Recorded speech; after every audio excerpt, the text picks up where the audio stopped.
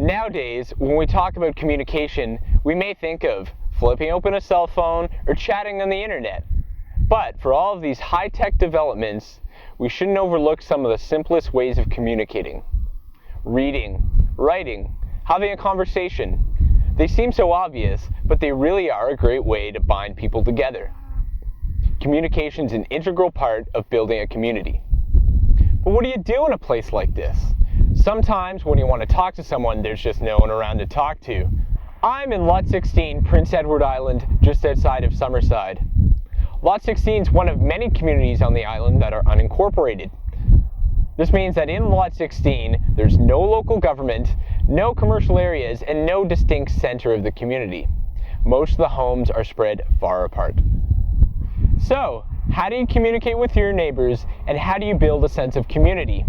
In Lot 16, often people only run into each other on the steps of the church or while attending a special occasion. Of course, not everybody's in attendance and people are inevitably left out of the loop. In some situations, the answer has been partnering with larger newspapers. They can provide a section of the paper dedicated to the smaller community. But in the case of Lot 16, they're too small to attract the interest of the Summerside Daily and too far away from the core readership of the West Prince Graphic. So, a more appropriate answer has been a community newsletter. The newsletter meets people's needs by letting them know what is going on in the community. Keeps them updated on everything that's happening with the Lot 16 Hall. Keeps them updated on everything that's going on with the churches, even informs them of people's birthdays and anniversaries and fundraising events, things like that. The process of producing it isn't difficult as long as I have the information to work with. I just take my time and I work on it when I can. And it's actually pretty easy. The newsletter is produced every month and contains information that's important to the community. Some of the sections include summaries of group meetings, birthdays and anniversaries, community history, and other important reminders.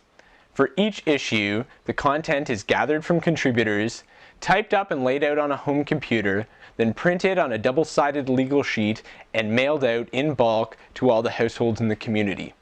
The modest expenses are covered by small donations, and all of those involved, including the editors, are volunteers. A community newsletter is a way or a tool that we can use to make sure that everybody in the community gets the same information. For example, information that's provided about upcoming meetings or community events means that there's a greater chance that more people will be able to participate in the life of a community. At the same time, the newsletter does provide a way for important information to be shared about key issues in the community. And so when people are invited to come and help make decisions about the future, they're much better informed. All of the effort Trina and the rest of her small staff have put into the newsletter seems to be paying off.